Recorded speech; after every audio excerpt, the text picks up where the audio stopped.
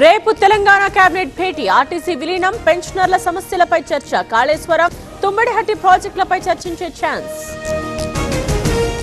ఆకివీడిలో రామాలయ శంకుస్థాపన పూర్తి, సతీ సమేతంగా హాజరైన రఘురామకృష్ణరాజు, పాల్గొన్న ఎమ్మెల్యే కామినేని. ఎంతమంది అడ్డుకోవాలని చూసినా శంకుస్థాపన చేశాం, నిర్మాణానికి సహకరించిన అందరికీ కృతజ్ఞతలు, రాముని అండతో ముందుకు సాగామన్న రఘురామ. ఆకివీడిలో ఆలయ నిర్మాణాన్ని వ్యతిరేకిస్తోన్న బీఎస్పీ, గొంతాలమ్మ ఆలయం కట్టాలంటోన్న ఎస్పీ సంఘాలు, పలువురిని అదుపులోకి తీసుకున్న పోలీసులు. ఆకివీడిలో పోలీసుల భారీ బందోబస్తు, వాహనాల విస్తృత తనిఖీలు, ఎలాంటి ఘటనలు జరగకుండా ముందస్తు చర్యలు. తెలంగాణను నాశనం చేసేందుకే కవిత పార్టీ, ఆమెతో పార్టీ ఎవరు పెట్టించారో అందరికీ తెలుసు, అవినీతి, కుటుంబ, కుల పార్టీలను నమ్మొద్దన్న కేఏ పాల్. మైక్రో ఫైనాన్స్ కేసులో కీలక పరిణామం, కీలక నిందితుడు హేమకాంత్ రెడ్డి అరెస్ట్, రమావత్ మధుకు ముగిసిన పోలీస్ కస్టడీ.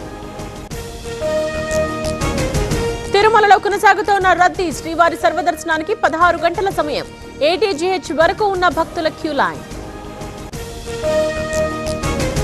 నంద్యాల జిల్లాలో ఎలుగుబంటి కలకలం, వెలుగోడు శివారులో సంచారం, అప్రమత్తంగా ఉండాలన్న ఫారెస్ట్ అధికారులు. ఆయిల్ పామ్ కు రికార్డ్ ధర, టన్ను గెలలు 23,650 రూపాయలు, దేశంలో ఇదే అత్యధిక ధర అన్న అధికారులు. కామారెడ్డి పాత బస్టాండ్ లో అగ్ని ప్రమాదం, 12 షాపులు దగ్ధం, భారీగా ఆస్తి నష్టం, మంటలార్పిన అగ్నిమాపక సిబ్బంది.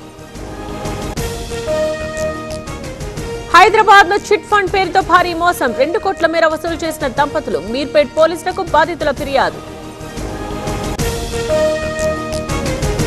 మార్కాపురం ఎర్రగొండపాలెంలో కార్డన్ సెర్చ్, ఇంటింటికి వెళ్లి పోలీసుల సోదాలు, సరైన పత్రాలు లేని 8 బైక్లో ఆటో సీజ్.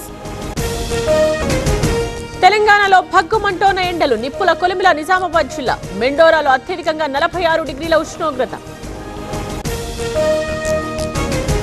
ఇవాళ దేశవ్యాప్తంగా నీట్ పరీక్ష, మధ్యాహ్నం 2 నుండి 5 వరకు ఎగ్జామ్, 1 నిమిషం ఆలస్యమైన నో ఎంట్రీ.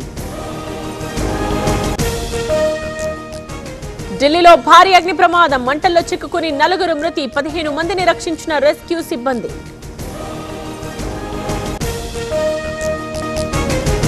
రేపు 5 రాష్ట్రాల ఎన్నికల ఫలితాలు, ఉదయం 8 గంటల నుండి ఓట్ల లెక్కింపు, కౌంటింగ్ కేంద్రాల దగ్గర భారీ భద్రతా ఏర్పాట్లు.